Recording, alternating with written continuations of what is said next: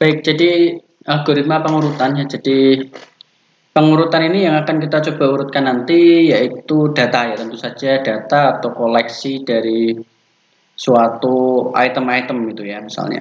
Oke, untuk melakukan pengurutan bisa dilakukan dengan dua cara yaitu besar ke kecil atau kita menyebutnya itu dengan istilah descending atau kecil ke besar atau ascending dari item-item pada suatu koleksi item. Dalam penerapannya nanti yang dituntut di sini tidak hanya kita mendapatkan suatu cara pemecahan masalah yaitu dengan beberapa algoritma sorting ini bukan secara efektif saja, melainkan nanti kita ingin melihat efisiensinya juga sedikit. Jadi algoritma mana yang kira-kira langkahnya itu sedikit untuk mengurutkan, karena langkah yang sedikit untuk mengurutkan tadi tentu saja akan lebih cepat komputasinya.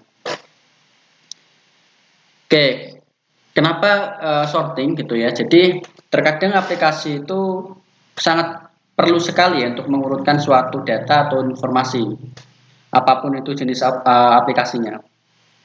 Jadi hal ini juga mengakibatkan penyortiran ini sebagai kita gunakan seperti semacam subroutine itu ya. Subroutine di mana nanti dia itu berguna untuk menyortir mengurutkan suatu koleksi data. Kemudian dari dulu sampai sekarang pun itu algoritma pengurutan ini masih terus dikembangkan sehingga ada beberapa macam algoritma pengurutan baru yang barangkali muncul di beberapa tahun terakhir ini. Kemudian algoritma sorting ini juga sangat bergantung pada beberapa faktor ya. Jadi ada banyak yang pengetahuan yang sebelumnya yang kita mungkin sudah pelajari gitu. Ya, banyak sekali ini bisa diterapkan di data apapun itu bentuknya, data satelit, atau kita bisa manfaatkan itu untuk di hierarki memori dari komputer host, dan mungkin ini akan kita terapkan juga nanti di lingkungan perangkat lunak yang kita kembangkan. Oke, yang pertama yang paling sederhana yaitu algoritma buku sort. Nama lainnya adalah monkey sort atau stupid sort atau slow sort atau permutation sort, shotgun sort ya, itu nama-nama yang lain. Kenapa algoritma ini dikenalkan yang pertama? Karena algoritma ini yang paling tidak cepat ya, dan kadang itu tidak menemukan solusi. Jadi ibaratnya gini, misalnya kita akan coba bermain kartu itu ya, kita coba bermain kartu,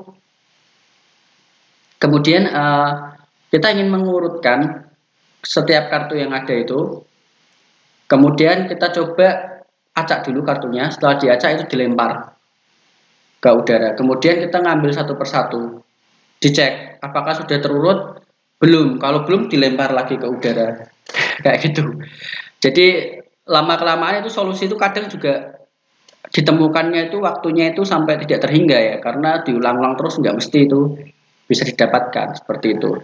Kecuali kalau dari awal tadi sudah diurutkan dan tidak dilempar secara random seperti itu. Mungkin ya langsung terurut ya, tinggal ngecek aja itu terurut. Nggak perlu harus diurutkan kan. Makanya algoritma ini salah satu algoritma yang paling tidak efisien. Meskipun tetap bisa menemukan solusi. Jadi secara sederhana kalau diimplementasi di Python itu buku sort ini bisa kita lakukan dengan looping ya, kita ngecek apakah list ya, jadi elemen data, koleksi data itu kan biasanya kalau di Python itu kan direpresentasikan dengan list. List itu bisa berisi data apa saja, misalnya data numerik seperti itu, lalu kita akan coba urutkan gitu. Nah, kalau untuk buku sort ini selama datanya tadi tidak terurut ya kan, while not is sorted, tidak terurut, maka dia akan men-shuffle secara random atau mengacak secara random semua elemen list yang ada. Seperti itu. Idenya itu sangat-sangat sederhana seperti itu. Nah, untuk kasus terbaiknya gitu itu ada di kasus yaitu di mana ON itu di mana yang kita urutkan itu kasus terbaiknya tadi adalah N itu sendiri adalah panjang dari list datanya. Untuk kasus yang terburuk ya tadi, kalau kita nggak beruntung ya itu bisa sampai berulang-ulang terus ya, jadi tidak terhingga.